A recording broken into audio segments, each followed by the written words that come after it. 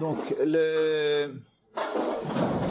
j'aimerais préciser d'abord que le cours, ce qu'on enseigne, c'est le strict minimum. Donc, strict minimum, ça veut dire quoi? Ça veut dire que si jamais il y a des couples qui ont un niveau plus élevé de respect de cette mitzvah extraordinaire, le fait que je n'ai pas mentionné certains détails ne veut pas dire qu'il faut abandonner ces bons comportements. Avant d'abandonner un bon comportement, il faut toujours demander, est-ce que c'est un bon comportement, donc on ne peut pas l'enlever comme ça, ou parfois c'est une erreur, une incompréhension de la halakha, et donc on fait des choses en trop. Donc, mais ce qu'on enseigne ici, c'est le strict minimum. Voilà, donc on va très brièvement réviser ce qu'on a vu la semaine dernière, et on va essayer d'avancer aujourd'hui en étudiant le concept du Hefsek Tara. Donc, ce qu'on a vu la semaine dernière, c'est que dans tous les cas où il y a un écoulement sanguin provenant de la cavité utérine, la femme a statut de nida.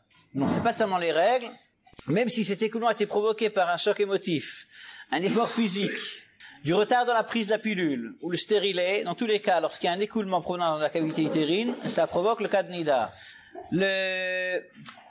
On a vu qu'au niveau des rapports avec la médecine, que bien qu'on médicalement on fait confiance à la plus grande partie des médecins, mais il faut savoir que un médecin ne peut pas statuer au niveau de la halakha, donc lorsqu'il y a une question lorsqu'une femme a un doute si c'est nida ou pas, elle prend le maximum de critères techniques chez le médecin, la décision finale c'est le Rav qui la prendra.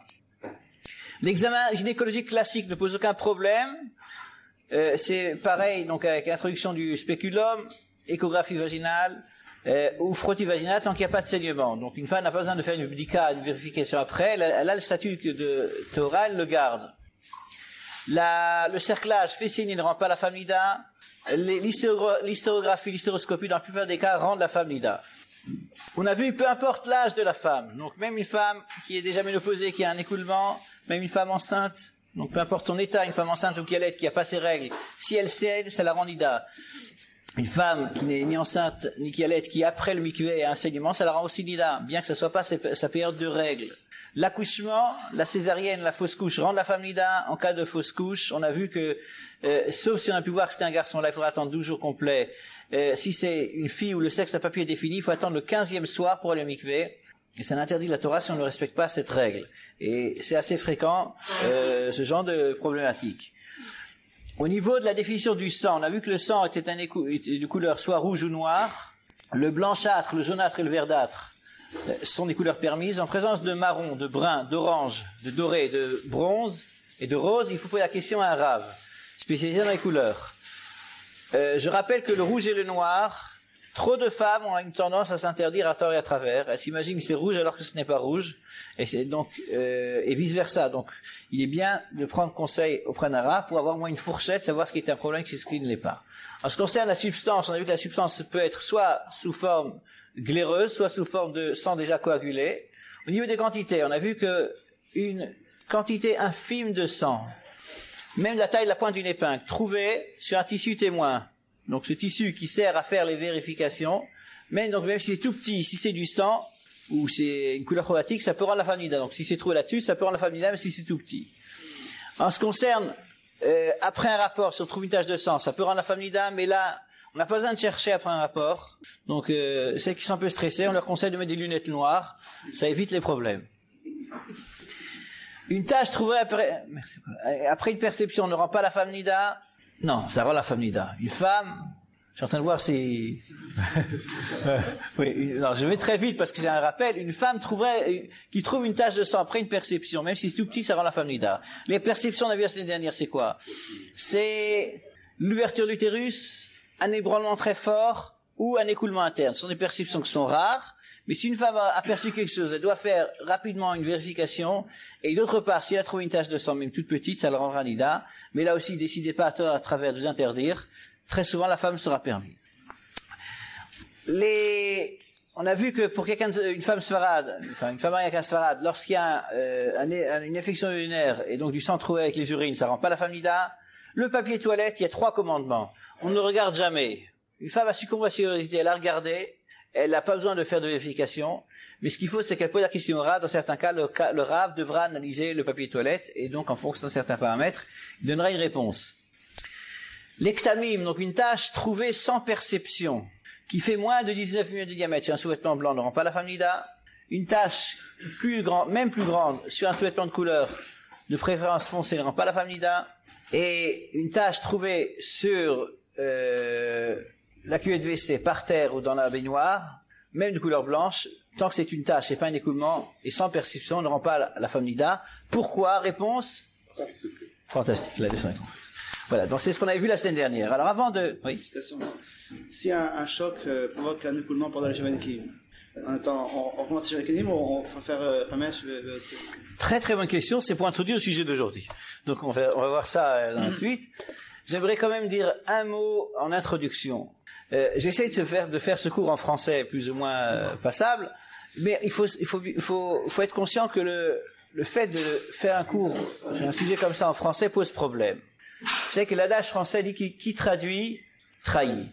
Toute traduction est une trahison. Donc lorsqu'on essaie de transmettre en français, ça pose un problème de traduction. Qui plus est, on en a déjà parlé une fois, mais j'aimerais rappeler, c'est très important. Vous savez que lorsqu'on dit des choses de Kodesh, de Torah en français, malheureusement, très souvent, il y a, dans le background, dans le fond, il y a des idées et des termes qui ont une connotation chrétienne. Alors j'aimerais préciser deux données. Je donne l'exemple de Touma. Touma, comment on traduit en français Touma? Impureté. Hein. C'est la traduction habituelle, mais c'est totalement faux. Pourquoi? Parce que l'impureté en français est un terme qui est péjoratif, alors qu'en hébreu, l'impureté, la Touma, n'est pas péjoratif. C'est un état qui est rien de péjoratif. On verra dans quelques instants qu'en fait, aujourd'hui, Touma ne s'applique pas, mais j'essaie de vous faire sentir la problématique de la transmission en français de ce genre de sujet. Autre exemple, comment est-ce qu'on traduit Kedusha en français? Ouais, sainteté, hein. Ouais, on se croirait presque au Vatican. Ouais, bon, donc il faut savoir qu'il y a un problème au niveau de la terminologie française. Bon, malgré tout, on fait ce cours en français, mais il faut savoir qu'il y a certaines limites, et parfois ça passe mal. Alors, le sujet de ce matin, c'est le concept du Hefsek Tahara.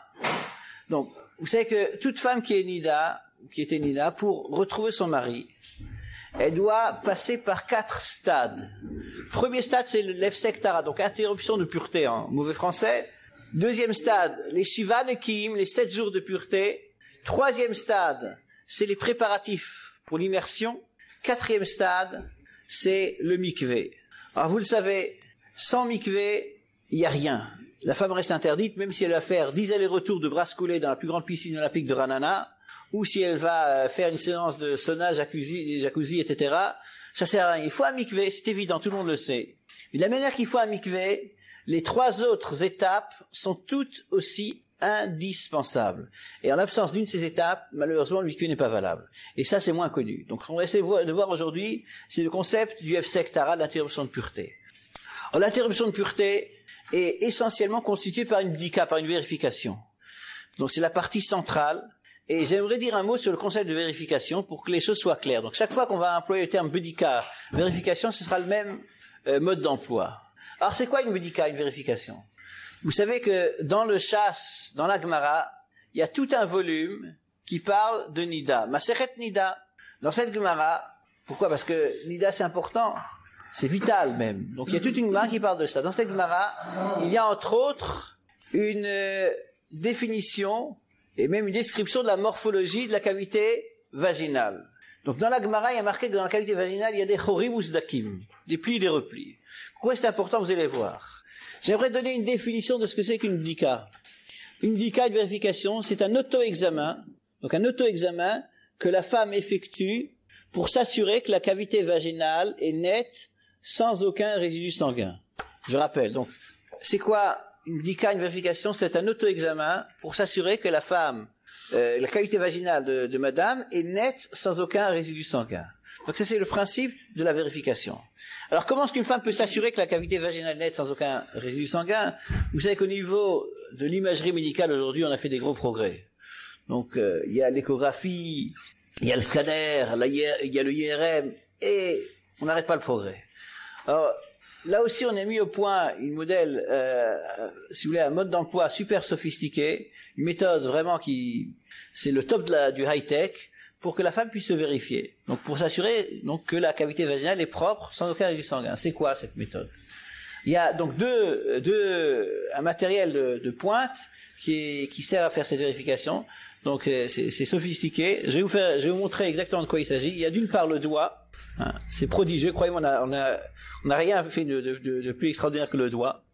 Et d'autre part, il y a un carré de tissu blanc, 7 à 8 cm de côté, 7 à 8 cm de côté, blanc, non synthétique, prélavé de préférence. Il faut que ça soit prélavé c'est pas pour des raisons mystiques, mais parce que s'il est frais, s'il n'a jamais été lavé, il risque d'être un peu rêche et d'agresser donc la muqueuse vaginale. Donc, ce qu'on vend dans le mikvot, c'est déjà prélavé. Ça se vend en Israël, même dans les supermarchés, à Bnei Brak du moins. Bientôt à Ranana, Bézrat Hashem. Donc, ce carré de tissu blanc, la femme doit l'entourer autour de son doigt. Donc, elle doit prendre le carré de tissu, le mettre autour du doigt, et deux manières de faire, soit elle le met au centre du doigt, soit en diagonale, peu importe la méthode, ce qui lui est le plus agréable. Une fois que le doigt est entouré, elle doit procéder à la vérification. Alors, comment le faire? Alors, de tout temps, les plus grands rabbinim se sont cassés la tête pour donner un mode d'emploi simple à la femme, qu'elle puisse se vérifier de manière efficace. Alors, le grand Khatam Sofer, Zchuto Yagen Elenu, il a donné un truc. On laisse un pied par terre, on met le deuxième pied en hauteur, sur un tabouret, sur le rebord de la baignoire, et ainsi le doigt pourra pénétrer en profondeur, sans blesser. Voilà, donc, elle introduit son doigt en profondeur, le plus profondément possible. Donc, c'est important que la vérification soit effectuée donc le plus profondément possible, bien entendu sans se blesser. C'est pourquoi donc il y a cette position, un pied par terre, un pied en hauteur. Une fois que le doigt est introduit, elle doit procéder à un mouvement de balayage, donc avec le tissu témoin autour du doigt. Donc elle va tourner à l'intérieur de la cavité vaginale son doigt et donc balayer les parois de la cavité vaginale, donc pour s'assurer que la cavité vaginale est nette, sans aucun résidu sanguin. Donc, il est indispensable, c'est une condition sine qua non, d'avoir son doigt en profondeur et de faire un tour complet, c'est-à-dire 360 degrés. Il est bien, c'est une khumra, 360 degrés, elle fait un tour complet. Il est bien, c'est une khumra, mais c'est une khumra qu'il est conseillé de faire, d'essayer de faire 2 tours, un vers la droite, un vers la gauche. Pourquoi 2 tours? Comme dans cette cavité vaginale, il y a des plis et des replis. Donc il faut que la femme puisse s'assurer que tous ces plis et replis soient nets, soient propres. Donc en faisant 2 tours, elle s'assure donc ces plis sont propres. Donc 2 tours, c'est une khumra, mais une bonne khumra. Un tour vers la droite, un tour vers la gauche. L'ordre droite-gauche, gauche-droite n'a pas d'importance. Vous pouvez choisir par exemple en fonction de vos opinions politiques. Donc, le principal, c'est d'essayer de faire ces 2 tours. Donc, une fois que ces 2 tours ont été effectués, la femme extrait le tissu et le vérifie, de préférence à la lumière du jour. Si c'est propre, elle a réussi son examen, elle a réussi sa vérification, sa bdika, c'est kasher. Donc ça, c'est le principe de la vérification. Ce principe est vrai tant pour le F-secta, dans l'interruption de pureté, que pour les autres vérifications. Donc on verra ça ultérieurement. Dans quel ordre est-ce que ça doit se passer? Donc ça, c'est le principe de la vérification. Est-ce qu'il y a des questions sur ce sujet? La vérification se fait tout le temps ou à certaines périodes ou en période de 12 jours? Monsieur Lévy, je vous félicite. Vous me donnez la possibilité de continuer le cours. Très bien. C'est le sujet qui va venir maintenant. Khazak. Mais encore, et c'est d'autres questions avant. On va y arriver. On va y arriver. Ouais, le moment où ça se fait. Donc on va voir ça dans quelques instants. Voilà, bon, donc s'il n'y a pas de questions, on avance. Alors, quel est le moment où on peut faire la F-Sektara? Alors, il y a 2 fonctions. Il y a une fonction calendrier et une fonction horaire. Il est évident que en deçà des fonctions régies par la halakha, il y a une donnée technique qui est physiologique. Il faut que l'écoulement soit arrêté.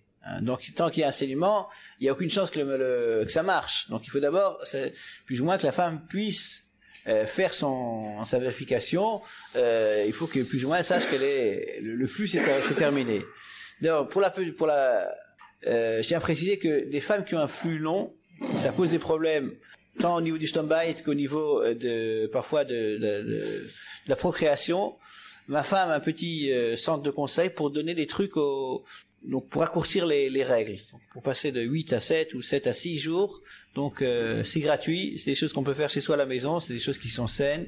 Donc si jamais vos épouses ont des règles qui sont un peu longues, qu'elle téléphone à mon épouse et peuvent avoir des petits conseils comme ça qui peuvent faciliter ce genre de choses. Je tiens à préciser que c'est des recettes de grand-mère, donc c'est pas remboursé par le fabricant. Donc si ça marche pas, voilà. Mais ça vaut peine d'essayer, on peut résoudre différents problèmes. Donc Baruch Hashem, plusieurs enfants qui sont nés grâce à ces petits trucs parce que ça facilite quand même.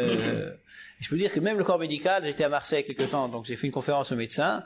Et lorsque j'ai commencé à leur dire ça, ils ont sorti leur carnet de notes et leur stylo. Ils ont dit on veut écouter parce que même au niveau médical, lorsqu'une femme a des règles qui sont longues, il n'y a pas de méthode miracle. Et donc très souvent les médecins préfèrent parfois ces méthodes sont méthodes douces et qui sont pas moins efficaces que les méthodes lourdes médicamenteuses qui ont parfois des effets secondaires qui sont désastreux.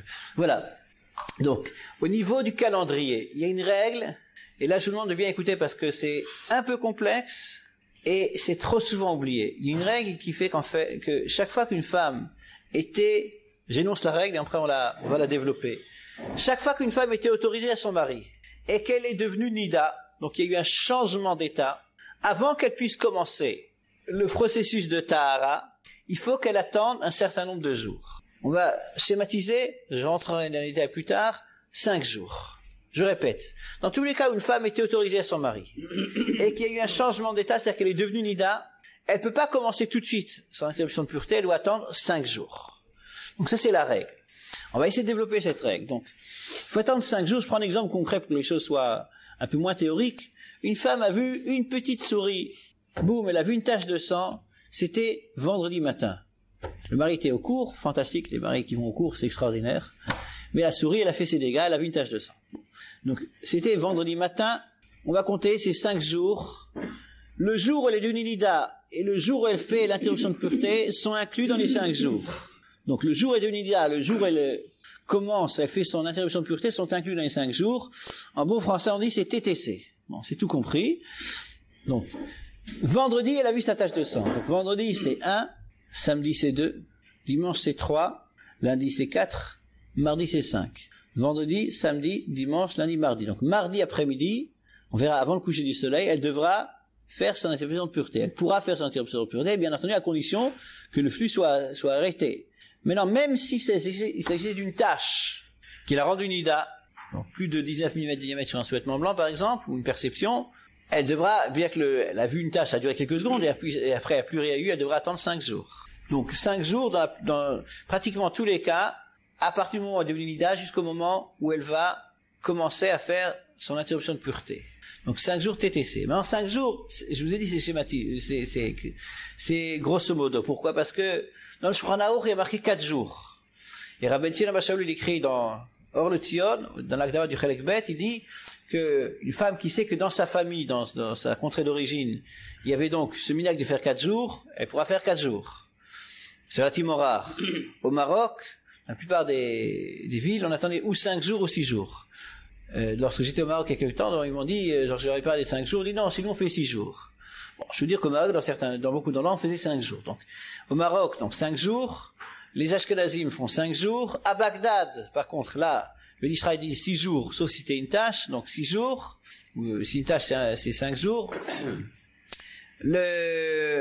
À Djerba et au Yémen, c'est 7 jours. Donc 4, 5, 6, 7, je schématise parce que c'est le plus fréquent, c'est 5 jours. Donc le 5e jour, la femme pourra faire son Hefsek Tahara. 5 jours TTC. Est-ce que c'est clair? Parce que j'ai fait un examen de connaissance pour voir si les choses sont comprises. Donc on va poser... Je faisais ça, pour avoir des enfants. Pardon? On essaie pour avoir des enfants, 7-14, on est bientôt en dehors de la plage de fertilité. Baruch Hashem, à Djerba, il y a beaucoup d'enfants. Yomel aussi. Ce que j'aimerais bien la même femme qui a donc un sous-vêtement blanc ou un sous-vêtement de couleur, pour la même tâche de grandeur, c'est mesurer les deux la même tâche. Il y en a une qui ferait 14 jours d'abstention. Pour 14, 12. 5 ou 7. Oui, ça fait 12. L'autre ne fait rien. Oui. Hein, pourquoi? Parce que moi je vous encourage à étudier Nida, hein, à faire la Gemara, faire les halachot comme il faut. femme qui a une tache de 20 cm, lui mesure une 20 cm, c'est pas, c'est plus une tache, c'est les règles. Non, l'un sur une tache de couleur, complètement de couleur, l'autre sur un blanc, l'une, elle s'arrête pendant l'autre, non. Oui. Bon, mais je sais que c'est incompréhensible, mais Adraba, vous demanderez à Khaliwa de vous faire un cours comme ça approfondi à long terme sur Nida. Je demande que mieux. Ce qu'on est en train de voir, c'est un résumé. Donc, c'est forcément limité dans le temps et dans les explications, parce que sans cela, ça... Si j'ai compris, pendant le Shavan Ekim, il y a déjà Nida, donc il n'y a pas seulement cette... Là, vous devancez la question. Alors, moi, je vais vous poser deux questions. Une femme qui est après un accouchement, c'est répondre aux questions, mais une femme qui est après un accouchement, ça fait 5 semaines qu'elle attend le moment où elle sera propre pour commencer le compte. Elle voit qu'elle est propre. Est-ce que le jour même où elle voit qu'elle est propre, est-ce qu'elle peut commencer à faire son interruption de pureté, ou est-ce qu'elle doit attendre à partir de ce moment 5 jours? Je pose une question. Elle n'était pas comme ça, là. Elle était déjà Nida. Très bien. Fantastique. Ranana, quoi la cavale. Donc, voilà. Donc, comme elle était déjà Nida, elle n'a pas besoin d'attendre encore 5 jours. Ça fait 5 semaines qu'elle attend. Ouais. Voilà. Donc, ça c'est premier cas. Deuxième cas, la question qui avait été posée au début du cours. En Sivan et Kim, pendant les 7 jours de pureté, une femme a vu une tache de sang. Bon, c'est malheureux. On verra la semaine prochaine qu'elle doit recommencer à zéro. Elle doit refaire une interruption de pureté. Est-ce qu'elle doit attendre 5 jours ou pas? Est-ce qu'elle vient de voir la tache de sang, doit attendre 5 jours? Est-ce que vous êtes d'accord? Non, d'accord. Pas d'accord. Marloquette. Non, il n'y a pas de marloquette. Pendant les 7 jours de pureté, elle a vu une tache de sang. Et donc, ça annule tout le compte. Elle doit recommencer à zéro. Est-ce qu'elle doit refaire une interruption de pureté avec 5 jours ou 100? 100. Voilà, moi, je suis Mekel. Je préfère les coulottes, donc c'est 100.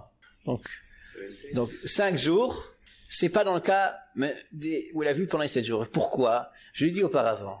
Les 5 jours, c'est lorsqu'il y a eu un changement d'état, lorsqu'elle a été autorisée, qu'elle est devenue Nida. Lorsque de toute manière, elle était autorisée, il faut attendre 5 jours. Lorsque toute manière a été interdite, elle a été Nida, elle n'a pas besoin d'attendre 5 jours. Elle a déjà attendu une fois 5 jours. Donc elle pourra refaire l'interruption de pureté l'après-midi même, avec certains détails qu'on verra la semaine prochaine. Voilà. Donc ça c'est par rapport aux 5 jours. Est-ce que c'est clair? Voilà. J'ouvre une parenthèse. Il y en a qui se disent, mais ce Rav Dreyfus, il est un peu bizarre. Parce que la c'est la femme qui, c'est madame. Et il faut savoir que un homme doit connaître ses halachot tout autant que son épouse. Je l'ai déjà dit plusieurs fois, je le répète.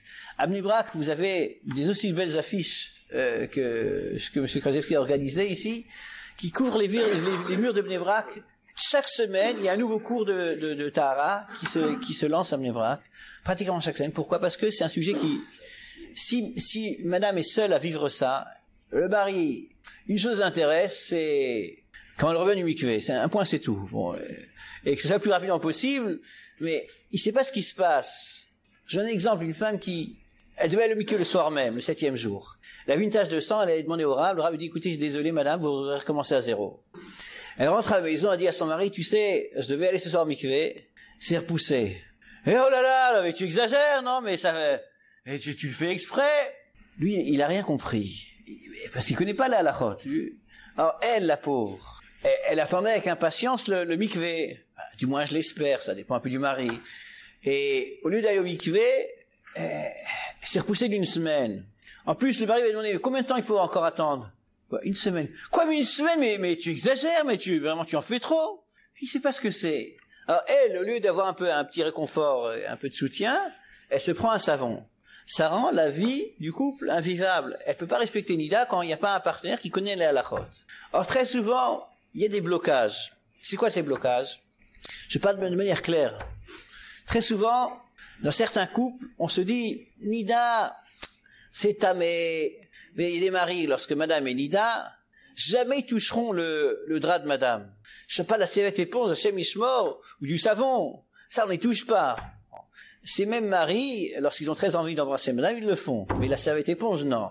Il n'y a aucun interdit à toucher la serviette éponge, ou même faire le lit de madame. Je dis pas prendre le drap en main, faire le lit de madame. On verra que c'est possible. Donc tout ça, parce que il n'y a pas de touma aujourd'hui. Alors je l'ai dit au début du cours, il n'y a pas une femme qui est nida aujourd'hui, c'est pas de la touma. C'est pas de la touma. De la même manière que si dans le Sefer Torah, il manque un peu d'encre sur une des lettres, on va pas dire que le Sefer Torah il est tamé. Le Sefer Torah il est quoi? Il est pasoul.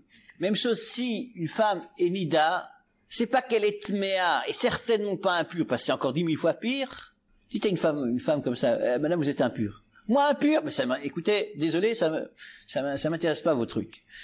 C'est pas qu'elle est tméa, le couple est interdit. Le couple est interdit. C'est pas de la touma, c'est du issour ve'eter, permis interdit. Alors je vois trop souvent des maris qui ont rendu un service inestimable à leur épouse parce qu'ils se pensent que c'est vraiment il faut beaucoup de dévouement pour le faire. Madame a trouvé une tâche sur un tissu témoin. Bon. Elle a envoyé son mari poser la question au Rav, donc le Rav est assis à son bureau, et je vois cette scène. Le mari, il arrive dans le sachet témoin est dans un petit sachet, le tissu témoin dans un petit sachet, et le mari s'approche de ma table, et alors ce qu'il fait, il secoue le sachet. Il secoue, vous savez, il secoue très jusqu'à ce que ça sorte, parce que il se dit, mais s'il y a du sang dessus, c'est tamé, je peux pas le toucher. Pour ça qu'il secoue. Alors moi j'ai une question, pourquoi est-ce que moi, j'ai le droit d'y toucher? Je suis le goy de Shabbat.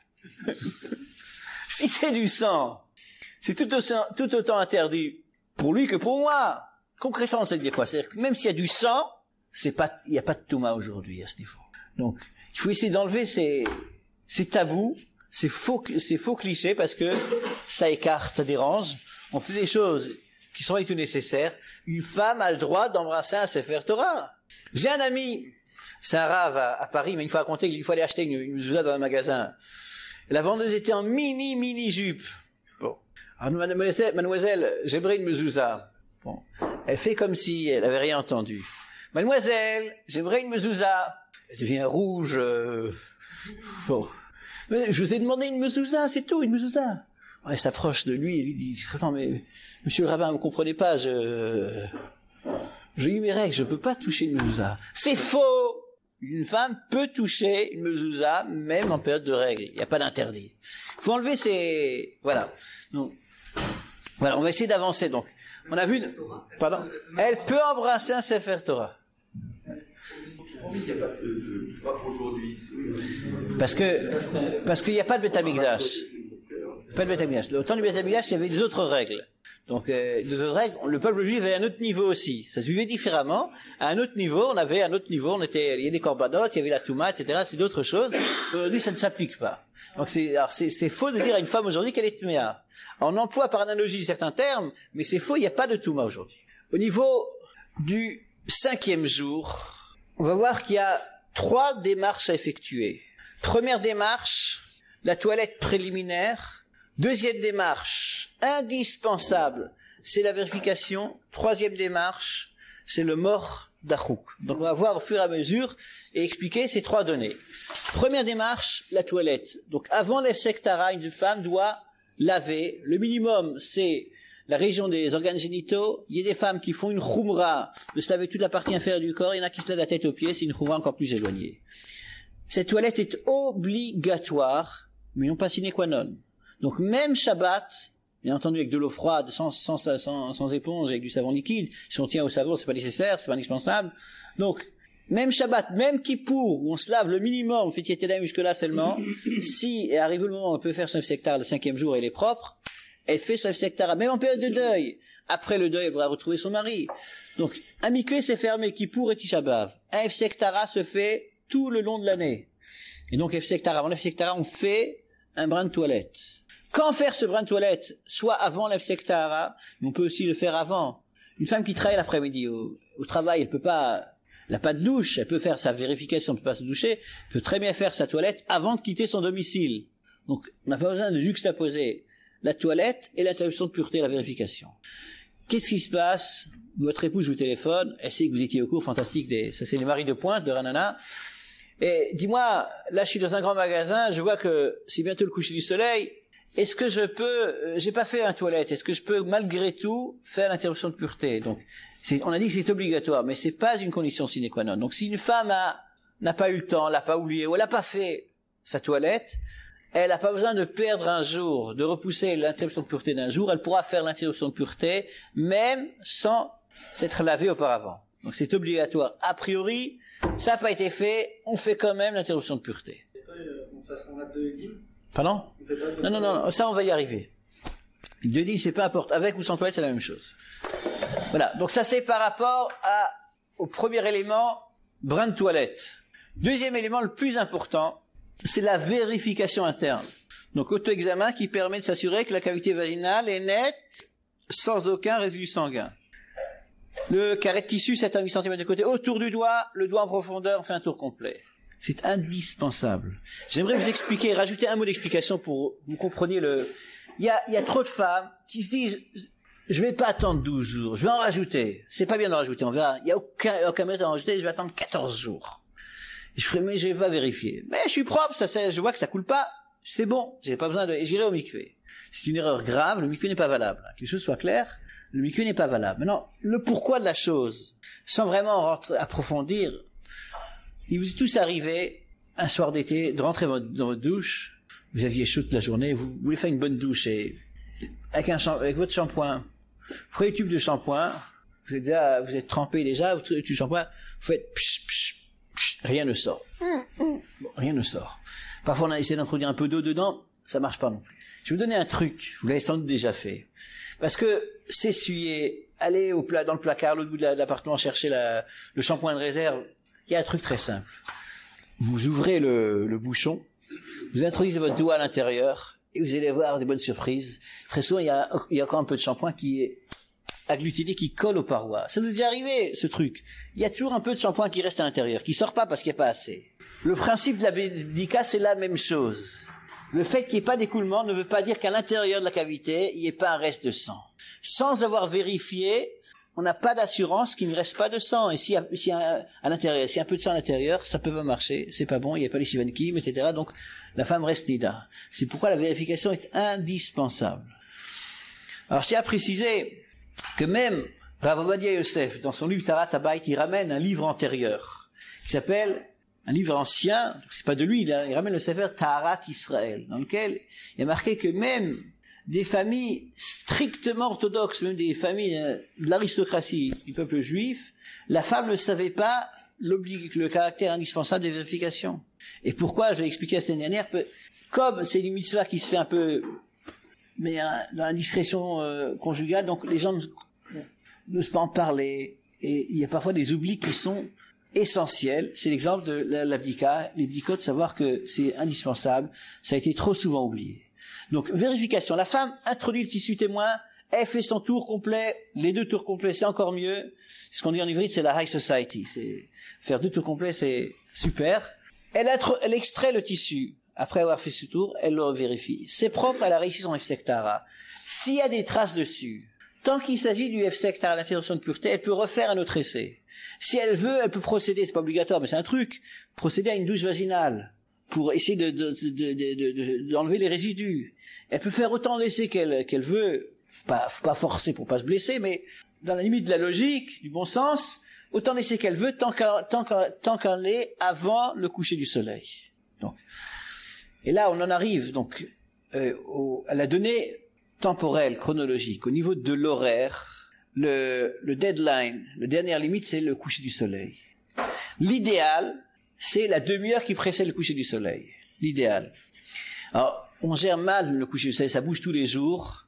Il y a un truc pour les femmes, c'est l'allumage des bougies. L'allumage des bougies, du moins en hiver, en automne, au printemps, en été, il y a des communautés où on avance trop, mais enfin, l'allumage des bougies, donc c'est à peu près 22 minutes avant le coucher du soleil. Ça, c'est une donnée que les femmes gèrent, ça c'est le moment idéal.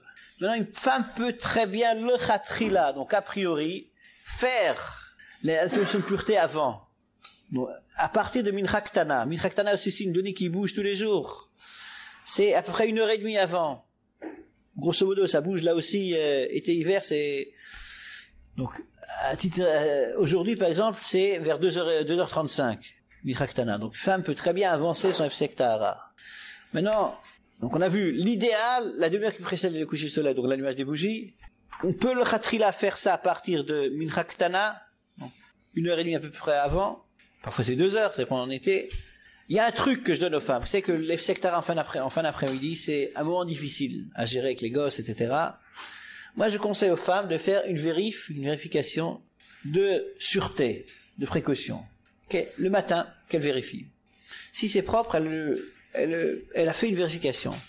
elle devra malgré tout l'après-midi refaire. Mais si elle a oublié de refaire l'après-midi, dans la plupart des cas, le rav qui sera consulté pourra valider la vérification qui a été faite le matin. Donc, Le premier, c'était le jour. non, je parle plus du premier 7 jours, je parle pour l'instant de l'interruption de pureté. Il y a l'interruption de pureté qui doit être faite en fin d'après-midi. Faites une vérification le matin, ça peut servir si vous oubliez, la plupart des cas ça servira si vous oubliez la vérification l'après-midi. Donc, l'idéal, la demi-heure qui précède, Mincha Ktana Sel Chatrila, il y a un truc, c'est pas obligatoire, mais c'est un truc pour pas perdre un jour. On fait une vérification le matin, on refera l'après-midi, on a oublié l'après-midi, ça sera quand même valable. Donc, voilà, ça c'est au niveau chronologique. Le troisième point, troisième élément du Hefsek Tara, c'est le mor dachouk. Mor dachouk, c'est quoi? C'est un autre morceau de tissu, un autre cas de tissu que la femme va introduire et laisser en profondeur. Elle introduit peu de temps avant le coucher du soleil et elle doit le laisser 20 à 25 minutes au fond de la cavité vaginale. Donc ça c'est le mor dachouk. Je répète, un mor dachouk, c'est un autre morceau de tissu. Ça permet de s'assurer, si vous voulez, qu'il n'y a plus de fuite. La vérification, c'est un instant, c'est un cliché, et là c'est de la vidéo. Donc c'est pendant 20 minutes, elle vérifie qu'il n'y a plus le découlement du cordon utérus, donc en laissant un morceau de tissu à l'intérieur. Alors, le mor dachouk, comme la toilette, n'est pas une condition sine qua non, sauf dans un cas qu'on verra la semaine prochaine, pendant les 7 jours de pureté. Donc on verra ça la semaine prochaine. Donc si une femme n'a pas fait une mor dachouk, elle peut malgré tout commencer le lendemain le compte des 7 jours. Donc le mor dachouk n'est pas une condition sine qua non. Dans certains cas, le rav dira même ne le faites pas. Lorsqu'une femme a une sensibilité vaginale élevée, une mycose, ou d'autres petits problèmes, le rav dira ne faites pas le mor dachouk. Une femme qui est en train de faire tchouva, elle n'arrive pas tout d'un coup à tout faire. Le rav pourra lui dire au début, madame, je vous permets de ne pas faire le mor dachouk. Parce que c'est pas une condition sine qua non. Dans la plupart des cas. Donc, je répète. Ce qu'on a vu, c'est ces 3 éléments. Donc, toilette, vérification interne, mor dachouk. Alors, je répète, dans ces 3 éléments, le seul qui est une condition sine qua non, c'est la vérification. Et ça, en fait, c'est le plus important. Sans vérification, une femme ne peut pas commencer le compte des 7 jours. Donc, il faut s'assurer, la vérification vient s'assurer, bien sûr, la femme, qu'il n'y a plus d'écoulement, que c'est propre. Voilà. Est-ce qu'il y a des questions sur ce qu'on a vu jusqu'à présent? Parfait. Donc, je vais essayer de résumer ce qu'on a vu depuis le début du cours. On va rajouter encore quelques petites données. Je veux dire, le résumé est important parce que ça permet de rappeler les choses. Donc, et ça vous permet de poser des questions si les choses sont pas claires. Alors, ce qu'on a vu jusqu'à présent, c'est d'une part la définition d'une vérification. Une vérification, c'est un auto-examen qui permet de s'assurer que la cavité vaginale est nette sans aucun résidu sanguin. Ça, c'est le principe de la vérification. On le fait avec un cas de tissu, 7 à 8 cm de côté. Il y a une femme qui a une sensibilité vaginale, elle pourra enduire, je rajoute quelque chose là, il y a des femmes qui sont très sensibles au niveau de la cavité vaginale, elle pourra, un quart d'heure avant la vérification, enduire la cavité vaginale avec un lubrifiant. Donc un lubrifiant qui permettra à ce que la vérification se fasse mieux. Même chose, si elle n'a pas de lubrifiant, elle pourra 1h30 à 1 heure avant la vérification, enduire à l'intérieur de la vaseline pour que la vérification se fasse plus facilement. Dans tous ces cas, je conseille de téléphoner à un rav, mais c'est des choses qu'on peut faire. Il y a un truc comme ça, je vais pas rentrer là-dedans, dans les détails, ça va être trop touffu, mais ça c'est, il faut savoir qu'il y a des petits problèmes, on prend en conseil avec un rav. Donc je répète, auto-examen avec un carré tissu blanc, 7-8 cm de côté autour du doigt, en profondeur, elle fait un tour complet, 2 tours c'est encore mieux. Elle extrait le carré de tissu et elle le vérifie de préférence à la lumière du jour ou à la limite à la lumière d'une ampoule électrique et pas d'un néon. Un néon blanchit les couleurs, donc un néon peut pas permettre de statuer. On a vu ensuite la règle des 5 jours. Les 5 jours, on a vu que dans tous les cas où une femme était autorisée son mari, qu'elle est devenue nida, avant qu'elle commence le processus de tahara, qu'elle fasse l'Hefsek Tara, elle doit attendre 4, 5, 6, 7, 5 jours. TTC, le jour où elle devient nida et le jour où elle fait interruption de pureté sont inclus dans les 5 jours. On a vu ensuite que l'Hefsek Tara est composé de 3 éléments. Toilette préliminaire, qui est obligatoire dans tous les jours de l'année, mais qui n'est pas une condition sine qua non. Donc le minimum, c'est la région des organes génitaux entre les jambes.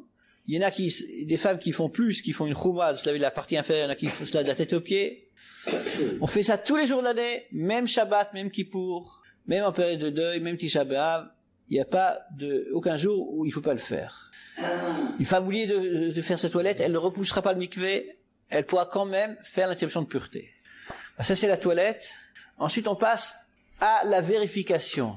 Je tiens à préciser, ça a l'air évident, je le dis quand même si la vérification est propre, même si elle est nickel, la femme reste interdite. C'est évident, il faut attendre la fin des 7 jours à aller au mikvé. C'est pas parce que, non, il y a déjà eu ce genre d'erreur, c'est propre, donc t'es plus nida. Non. C'est pas c'est un des éléments qui constitue la base de sa tahara pour aller au mikvé, mais sans le mikvé, elle pourra pas elle sera interdite.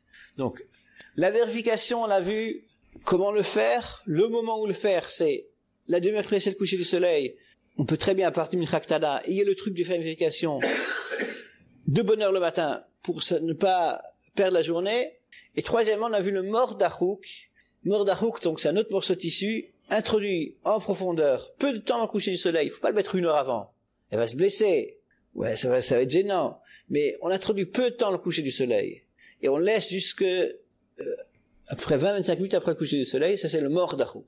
Ça c'est le principe de l'interruption de pureté. Ce principe il est valable dans tous les cas où une femme a statut de nida, peu importe son âge, peu importe la cause. Donc si elle est venue nida parce que elle a oublié de prendre sa pilule ou pour d'autres raisons, dans tous les cas il faudra faire le même processus. Donc voilà, ça c'est par rapport au F-secta. Est-ce qu'il y a des questions? Comportement du moment de la vérification. Pendant une femme qui va avoir ses règles aujourd'hui à midi, par exemple. Mardi prochain le matin, vendredi, samedi, dimanche, lundi, mardi, oui, mardi. Alors, je conseille de faire le matin, c'est pas obligatoire. Il faut le faire l'après-midi. L'abdika du matin ne rend pas quitte de la vérification. Oui, elle peut faire le matin, c'est un conseil.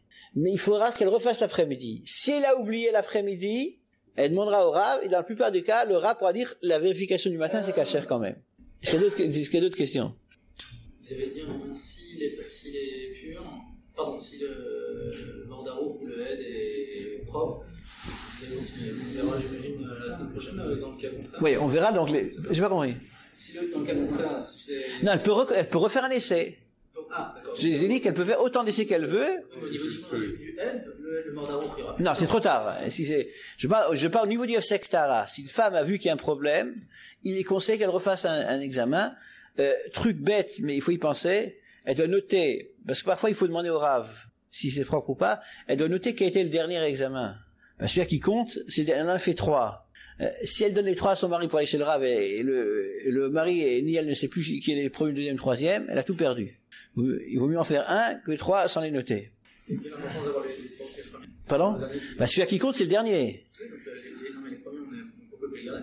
Non, pas besoin de les garder, mais très souvent les femmes les gardent. Donc et après tout se mélange et bon. Est-ce que le mordachouk peut se faire comme la première dika dans la journée? Exemple, la femme sait que au moment du coucher du soleil, elle va se retrouver dans un avion ou envoyée dans une impossibilité à faire cette vérification qui doit se prolonger dans la nuit. Est-ce qu'elle peut le faire? Se prolonger dans le crépuscule, pas la nuit. Est-ce qu'elle peut se faire éventuellement comme la première dika? Non. Non, c'est une vérification, c'est une bonne question. Vérification qui doit se passer au crépuscule, Ben Hashmashot. C'est lors du passage, après la vérification, lorsqu'elle termine la journée, que là il faut vérifier qu'il n'y a plus d'écoulement. Alors elle le fait pas. Sauf un cas, à partir du moment où on verra la semaine prochaine, c'est pas une condition sine qua non. On pourra quand même continuer, commencer le lendemain, faire le compte des 7 jours. Mais le décompte des 7 jours pourra se faire à compter du 5e jour. Oui, mais même sans mordachouk. S'il y a un problème, elle ne fait pas le mordachouk. C'est bon? Voilà. Alors, c'est pas très compliqué. Malheureusement, je le répète, il y a trop de familles où on ne connaît pas ce caractère indispensable. Et il faut un peu de persuasion. Il faut se rendre compte que c'est quelque chose d'indispensable. Alors, j'aimerais dire un mot sur une question qui est adjacente. De toute façon, on pose la question, qu'est-ce qu'on fait lorsque le mari veut garder Tarta Mishpara, la femme ne veut pas? Il y a la situation inverse aussi. Alors, il faut savoir que lorsque dans un couple, il y a un problème au niveau de la tchouva, il y en a un qui a avancé, l'autre qui n'a pas avancé. Il y a des choses qui ne sont pas la responsabilité de celui qui a fait tchouva. Le conjoint veut continuer à manger pas cachère, malheureusement. C'est pas la responsabilité de celui qui a fait tchouva.